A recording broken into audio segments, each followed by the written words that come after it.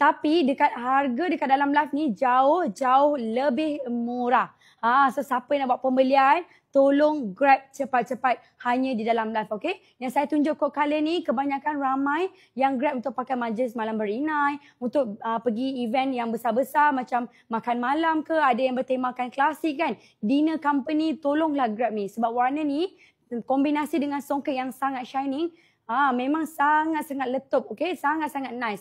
Okey, untuk beg nombor 6, kita sediakan plus size tau. Daripada size XS sehingga 3XL. Di mana ukuran size 3XL boleh up to 48 inch, okey? 48 inch untuk bahagian dada. Alright?